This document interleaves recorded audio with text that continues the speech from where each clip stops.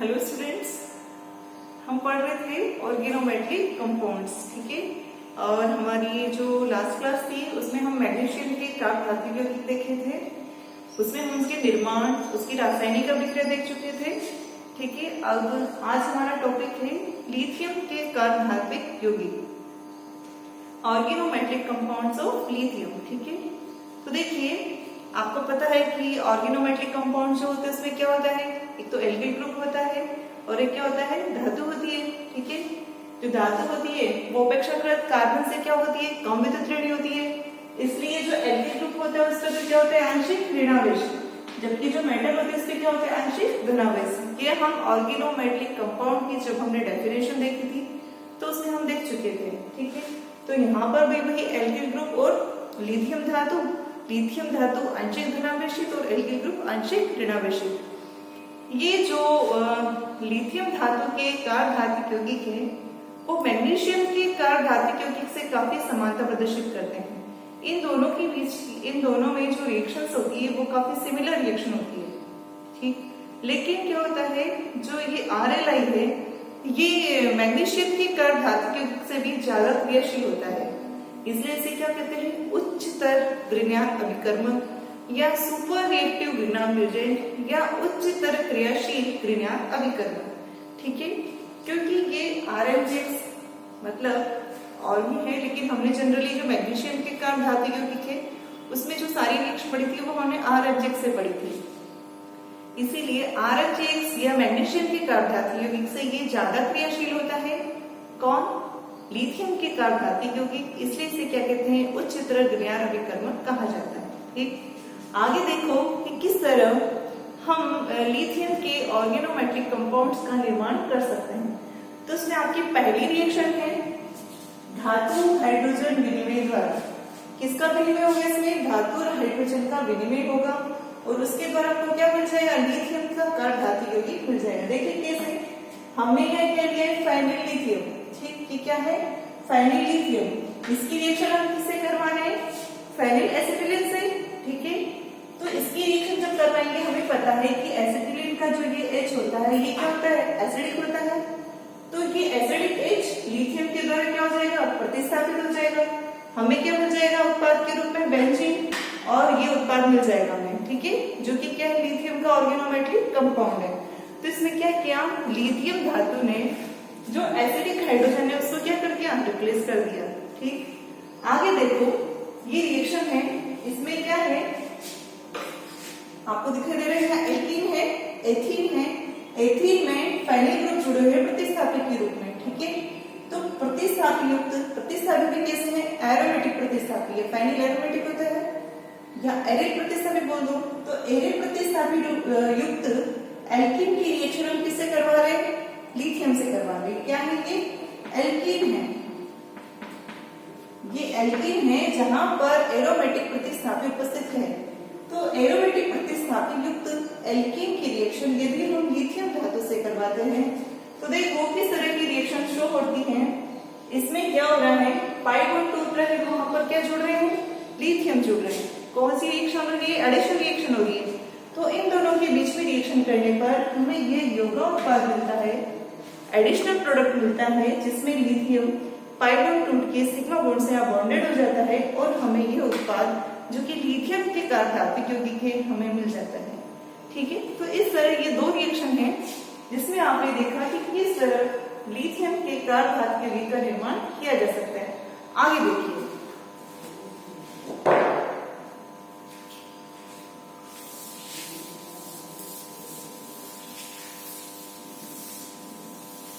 Third reaction है आपकी alkyl या एरिल हैलाइड से लिथियम के कार्ब धातु यौगिक का निर्माण।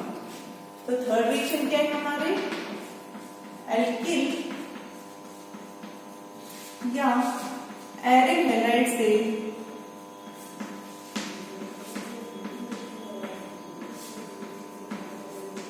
एल्किल या एरिल हैलाइड से किस तरह इसका निर्माण किया जा सकता है। माना हमने लिया है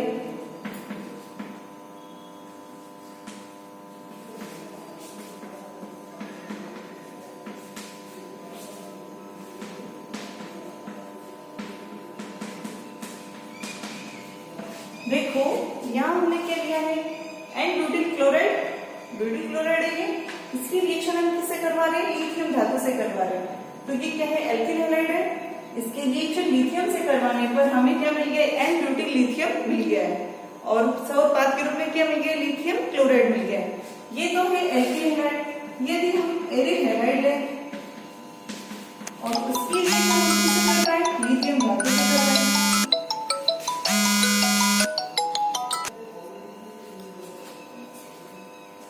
तो एल्किल व एरिल हैलाइड के द्वारा इस तरह आपके पास में इन दोनों की रिएक्शन से हमें लिथियम के कार्बधातु यौगिक मिल जाते हैं। तो यहाँ तो मिला आपको ब्यूटिल लिथियम और यहाँ क्या मिला आपको, फेनिल लिथियम। ठीक है, तो ये हुआ एल्किल व एरिल हैलाइड से लिथियम के कार्बधातु यौगिक का निर्माण। नेक्स्ट देखिए, नेक्स्ट है आपके पास में धातु विनिमय द्वारा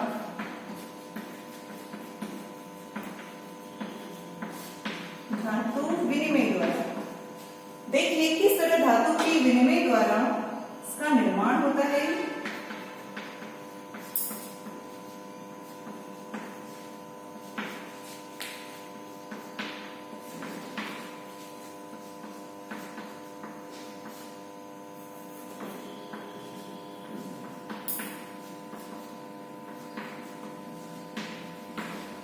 एक मिनट देखिए, इस रिएक्शन में यदि हम ये लिथियम की जगह लिथियम कॉपर का लिथियम या कॉपर युग्म का युग्म लें, तो ये जो लवली है हमें ऑर्गेनोमेटलिक कंपाउंड जो मिल रहा है वो उसकी तुलना में ज्यादा मिलेगा।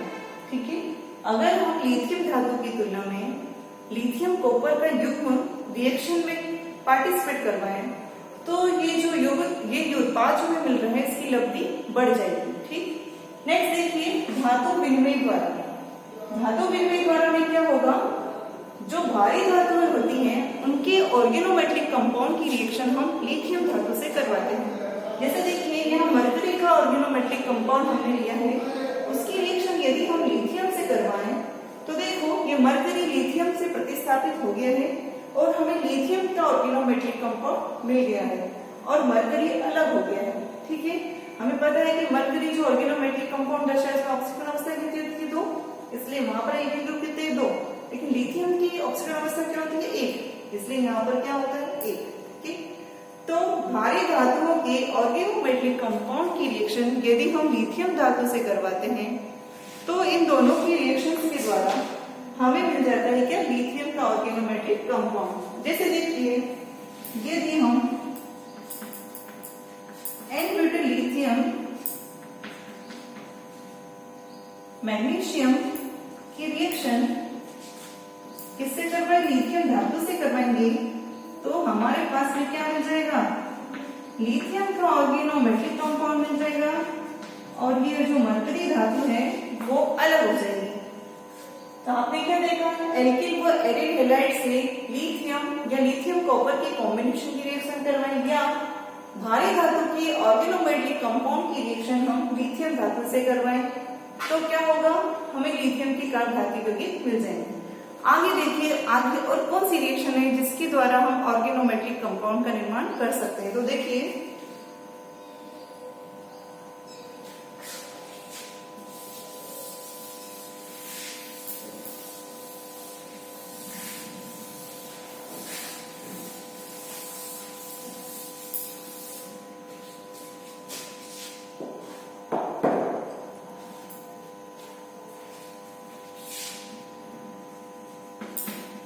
नेक्स्ट है आपके पास में धातु हेलोजन विनिमय द्वारा।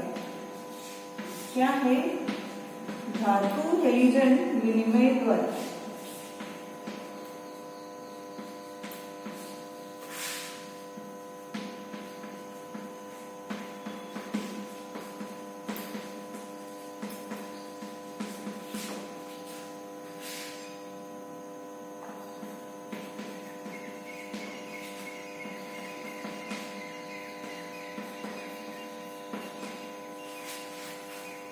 देखिए कि किस तरह से इस तरह से हमने यहाँ लिया N-ब्यूटाइल और यहाँ लिया ब्रोमोबेंजीन, ठीक। इन दोनों की रिएक्शन करवाई तो हमें क्या मिल गया, फेनिल लिथियम। यहाँ पर क्या हो गया है, हेलोजन और धातु का क्या हो गया है, प्रतिस्थापन हो गया है।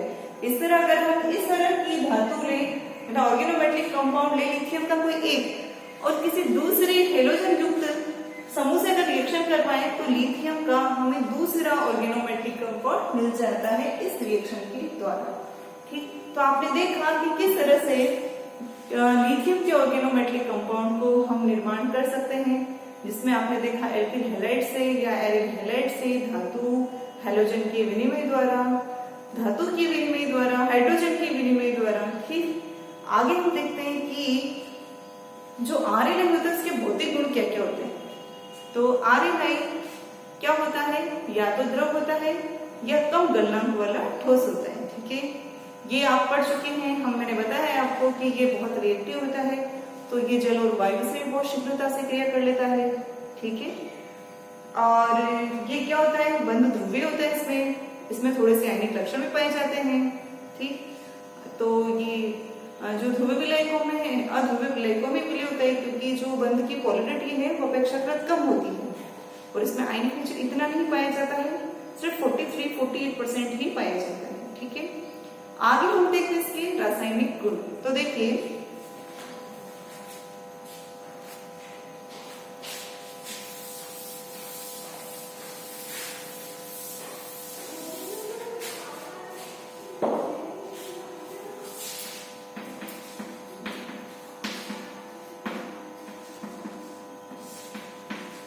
रासायनिक गुण हमें पता है, अभी मैंने बताया आपको, ये बहुत क्रियाशील होते हैं। तो ये वायु में क्या होते हैं, क्रिया करके जलने लग जाते हैं, ज्वलनशील नेचर के होते हैं। ये वायु से क्रिया करके जलने लग जाते हैं, ज्वलनशील नेचर के होते हैं। आगे देखिए ये जल से अभिक्रिया करके क्या करते हैं। तो ये केमिकल रिएक्शन में पहली रिएक्शन है जल से अभिक्रिया।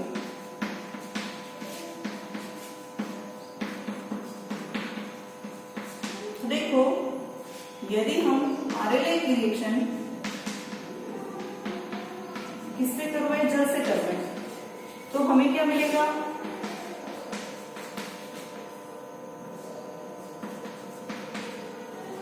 एल्कीन मिलेगा, ठीक है। कैसे, LIP क्या होता है, प्लस चार्ज होता है, वो OH माइनस से रिएक्शन करेगा, LH बना लेगा, और C4H माइनस से माइनस चार्ज होता है, वो H प्लस से रिएक्शन करके क्या बना लेगा, C4H10 बना लेगा। ये क्या मिली आपको, एल्कीन, और इस एल्कीन का नाम क्या है, ब्यूटेन, ठीक है। और यहाँ पर क्या मिल जाएगा, लिथियम हाइड्रोक्साइड। ये तो ही आपकी जल से रिएक्शन। आगे देखिए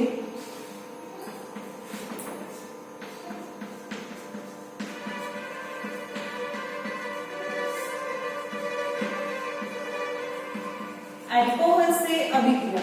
तो देखिए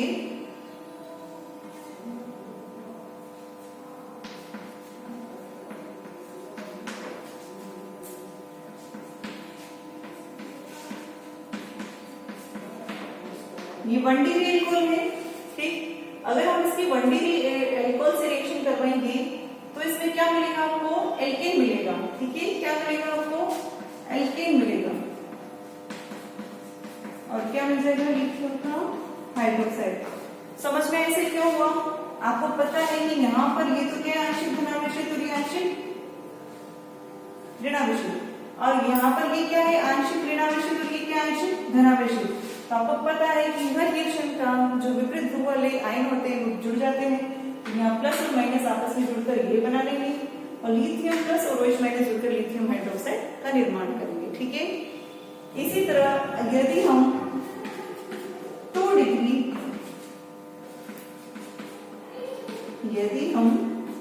डिग्री एल्कोहल से इसकी रिएक्शन करवाते हैं तो हमारे पास क्या मिलेगा,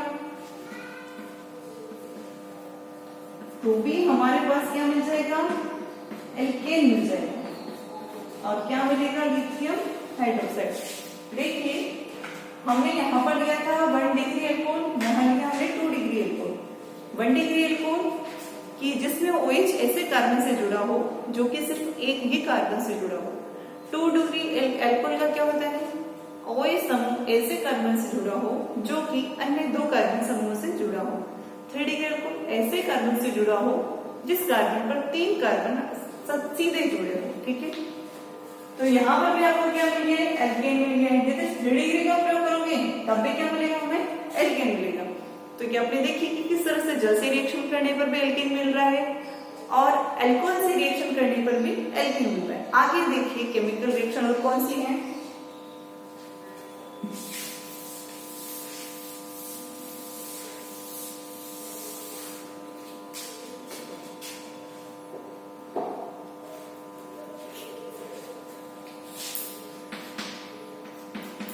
नेक्स्ट देखिए अमोनिया से रिएक्शन।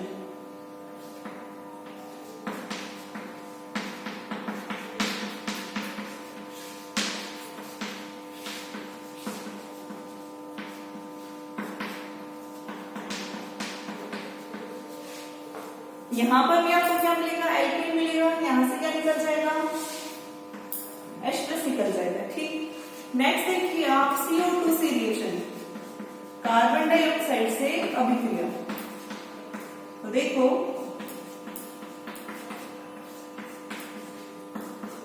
आप CO2 से रिएक्शन RL इसलिए पढ़ी थी क्योंकि कैसी रिएक्शन है, न्यूक्लियोफिलिक एडिशन रिएक्शन, ठीक। तो देखिए ये जो पाइप होगी कहां शिफ्ट होगा, ऑक्सीजन की ओर। तो ऑक्सीजन पे क्या आएगा, ऋणावेश, कार्बन पे क्या आएगा, धनावेश। लिथियम क्या है, पॉजिटिव, कार्बन क्या है, नेगेटिव। तो जो पॉजिटिव है तो वो तो कहां जाएगा, नेगेटिव पर, और जो नेगेटिव है कहां जाएगा, पॉजिटिव पर। तो आपके पास में क्या मिल जाएगा, आपके पास मिल जाएगा ये, ठीक है। अब हमने RMZ की रिएक्शन में तो ये रिएक्शन किससे करवाई थी, आगे जल अपघटन करवाया था हमने। यहाँ हम रिएक्शन करवाएंगे HCl से, हाइड्रोजन क्लोराइड से। तो आपके पास में क्या मिलेगा, एसिड का निर्माण हो जाएगा, लिथियम क्लोराइड सब उत्पाद के रूप में आपको मिल जाएगा, ठीक है। तो CO2 से रिएक्शन करके ग्रिनार अभिकर्मक भी कार्बोक्सिलिक एसिड का निर्माण करता है और उच्चतर ग्रिनार अभिकर्मक RLI भी CO2 से रिएक्शन करके कार्बोक्सिलिक एसिड ही देता है, ठीक है। आगे देखिए